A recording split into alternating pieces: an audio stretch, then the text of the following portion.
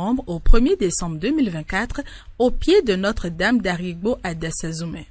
Venus de tous les diocèses du Bénin, mais aussi du Gabon, du Niger, de la Côte d'Ivoire et d'un peu partout, ces légionnaires ont démarré les activités par le chemin de croix, vécu dans un esprit de pénitence.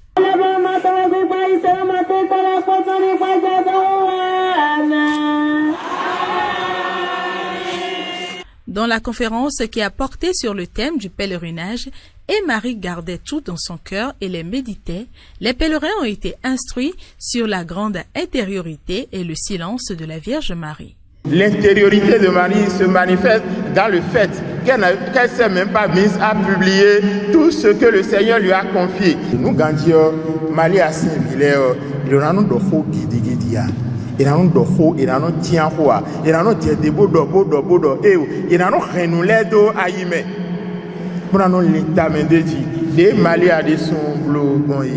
Commençons par apprendre de la vertu de la disponibilité et de l'humilité de la Vierge.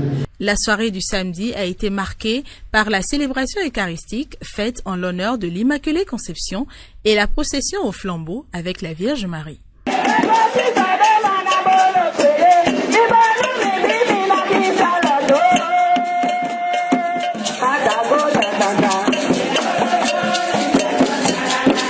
Le lendemain, dimanche 1er décembre, premier dimanche du temps de l'Avent et de la nouvelle année liturgique, c'est l'évêque de Dassazoumé, Monseigneur François Yanrossou, qui a présidé l'Eucharistie, entouré de tous les prêtres présents à ce pèlerinage.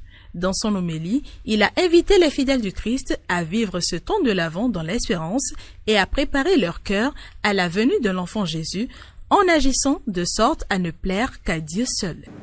Il s'agit de renoncer à toutes les jouissances terrestres, mondaines, et rejeter les séductions encombrantes et envahissantes du monde d'aujourd'hui. Il faut plutôt rester éveillé, vigilant et être sur ses gardes pour pouvoir le rencontrer.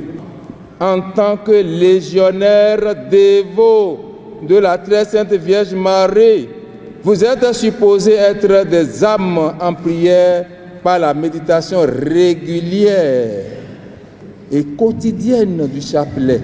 La prière, ça ne suffit pas. Nous devons être aussi des hommes et des femmes d'action pour dire non à ce qui n'est pas acceptable. Rappelons qu'à cette célébration était également présente une délégation des femmes catholiques du Nigeria et les membres du groupe Magnificat dont les nouveaux responsables ont été envoyés en mission à la fin de la messe. Au terme de ce pèlerinage, le bilan est positif. Ce pèlerinage, je l'ai vécu comme la majorité des frères et sœurs avec beaucoup de joie. Et spécialement ce dimanche avec l'homélie de l'évêque avec beaucoup d'espérance. Et une immense joie d'aller de l'avant. On voit les pèlerins vraiment tout donner à la Vierge, surtout hier avec la procession mariale. Franchement, ça a été un coup de cœur. Au point de vue enseignement, je repars avec un sentiment de satisfaction. J'ai appris beaucoup de choses que je ne connaissais pas avant. La Légion de Marie, nous avons 70 ans, mais ça doit nous donner plus d'élan. On doit beaucoup travailler maintenant parce que 70 ans dans la vie d'un être humain, d'abord, ce n'est pas petit. Nous devons maintenir cette organisation pour pouvoir faire de plus en plus d'apostolat. Il faut dire que le but de la Légion de Marie, c'est la sanctification personnelle de ses membres. Comment faire pour que ses membres soient sanctifiés et par-dessus, pas au-delà de ça, comment faire pour que ceux qui sont visités, ceux qu'on visite aussi soient sanctifiés. Le fait même de se déplacer pour venir se recueillir au pied de la Vierge, c'est déjà très important pour nous légionnaires parce que nous venons tous les 2 ans. Nous sommes dans une civilisation de bruit où les gens n'arrivent plus à se recueillir et c'est ce qu'il nous faut vraiment, surtout à nous légionnaires, pour pouvoir mettre nos pas dans ceux de la Vierge Marie.